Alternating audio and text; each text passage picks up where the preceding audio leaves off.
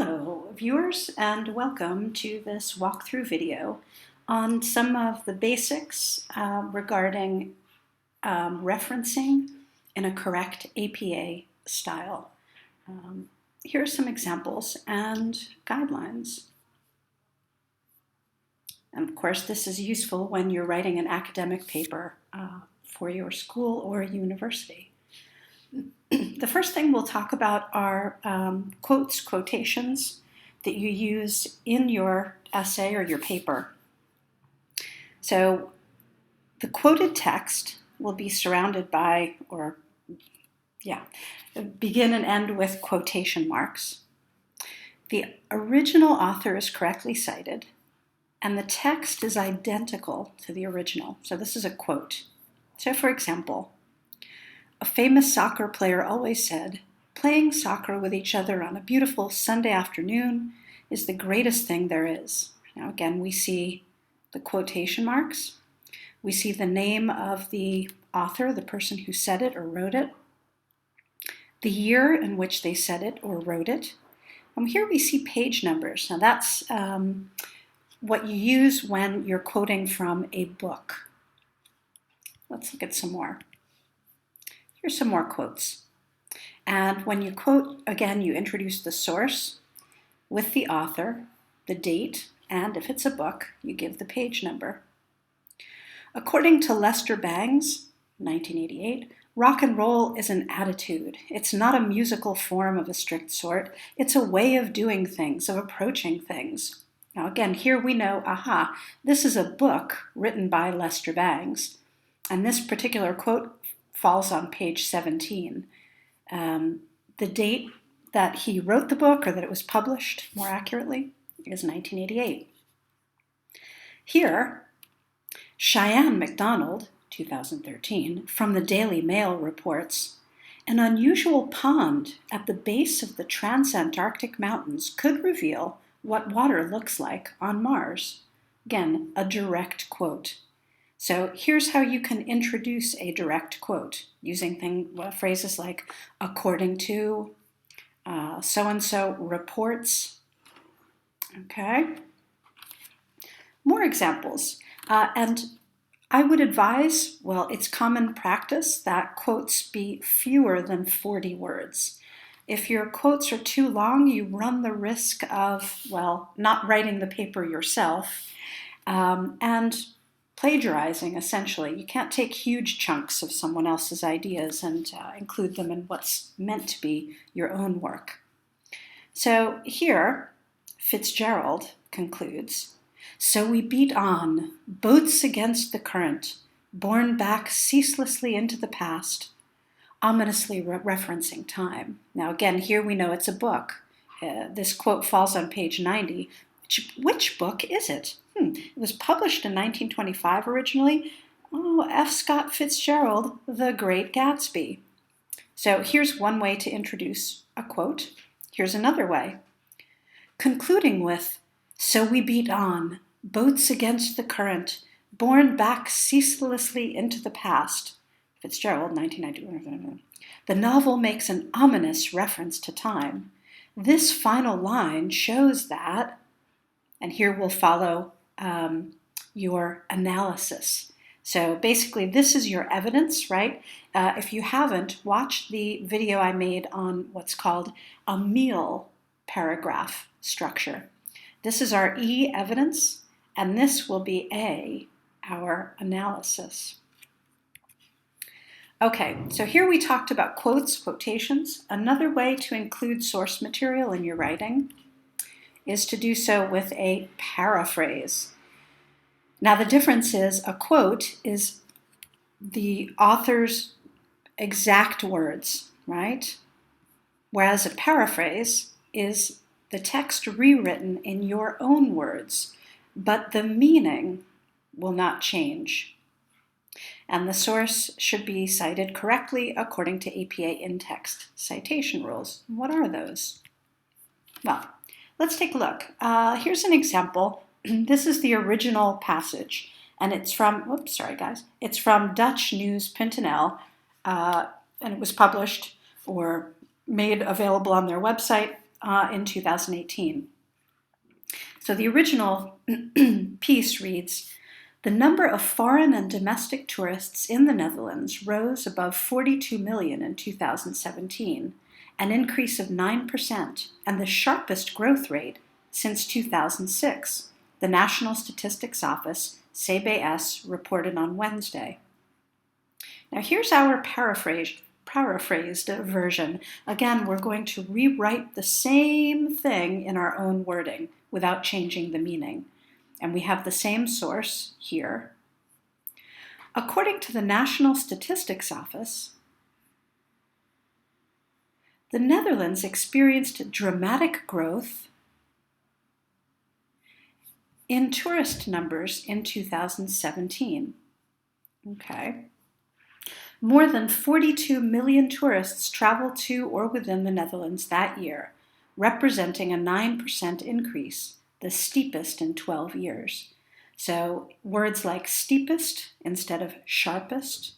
And you can see that the sentences have also been changed, the structure of the way it's written.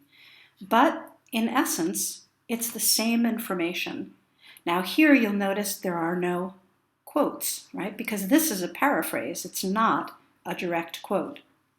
But we still cite the website where the information came from and the year that it was published.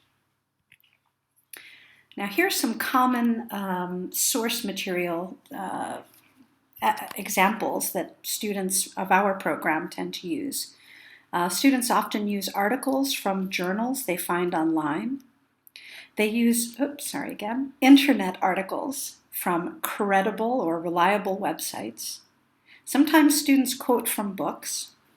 Sometimes students quote from websites which may not have an author, so the article may not be attributed to any one particular author or particular authors. Well, first, if we're looking for the way that we cite this in our works cited list, and that comes at the end of your essay or your paper. Also, it's sometimes known as a bibliography, but actually the best way to refer to this is works cited, because these are the sources that you actually used in the essay directly. Okay, so here we have two authors, their surnames, the initial, and then the year of publication. Here we have the title of the article, The Evolving European Model of Professional Sports Finance. Here we have the journal itself, Journal of Sports Economics, and you'll notice this is in italics. And this is the edition, sometimes that's listed, the page numbers. And then here is the date of information retrieval inclusion. So sometimes you'll find this as well, and this is important to include. So again, an article from an online journal. This is what your APA citation should look like in your works cited list. What if it's an internet article that you took from a website? So for example, the article that you took from this website, socialmediatoday.com. The article is entitled The Negative Effects, that should be a capital letter, of Facebook on Communication. And retrieved from means that, you found it on this website on this date, 2012, June 29th, and the author is Kane. We don't know, it doesn't matter what the first name is, Kane. What if you're citing from a book? Okay, well, then you include the author's surname and first initial, year of publication, the title of the book, the citation manual for students, a quick guide, and this again in italics. It's often important to include the edition, especially for older books like The Great Gatsby. Here, this is the 3rd edition. And we know that it was published by Wiley in Hoboken, New Jersey, and this is how you write it. Lastly, what if you use a website, but wait, there's no author? Well, then you use the title of the article or the piece. In this case, U.S. flood risk could be worse than we thought.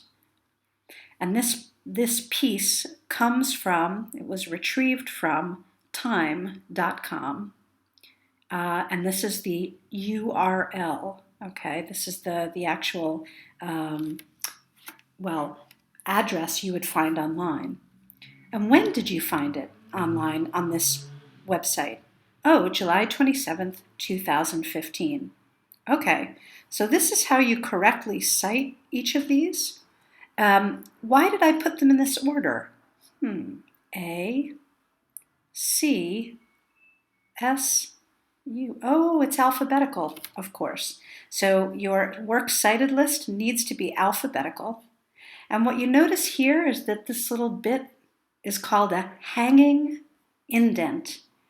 Yes, you do need this in your list. Why? Because it makes it easier for the reader to find information when the author's name or this first letter stands out, right? It's easier on the eye. So again, this is how your works cited list should look at the end of your essay or paper. Lastly, when in doubt, and you will occasionally doubt yourself, because sometimes you have, let's say, a book, but it has two authors. Or you find an internet article and it has a bunch of authors. When in doubt, this website is very helpful. Scribr.com. Just click on the hyperlink. It will take you to the page and will give you all the necessary, let's go to that page, shall we? It will show you all the different kinds of citations you would have. So for example, if we go to in-text citation guidelines, what's handy here is that you can choose different kinds. So for example, APA in-text citation with multiple authors. Oh, with 3 to 5 authors. There are handy videos. When to include page numbers, and lots of very clear examples. So, I do hope that this walkthrough has helped, and good luck out there.